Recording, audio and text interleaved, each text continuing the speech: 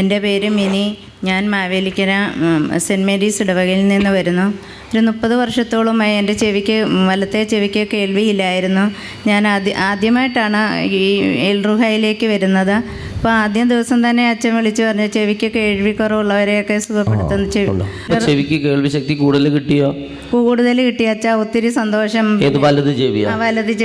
വളരെ ചെവി കേൾവി കുറവായിരുന്നോ? ഭയങ്കര പിന്നെ അച്ഛാ, പിന്നെ ഞാനാണെങ്കിൽ ഈ കുമ്പസാരിക്കാനൊക്കെ പോകുമ്പം അച്ഛൻ ഇങ്ങനെ നമുക്ക് ഇത് തരുമല്ലോ, ഉപദേശം തരുമ്പോഴൊക്കെ അത് എനിക്ക് കേൾക്കാൻ വലിയ ബുദ്ധിമുട്ടായിരുന്നു.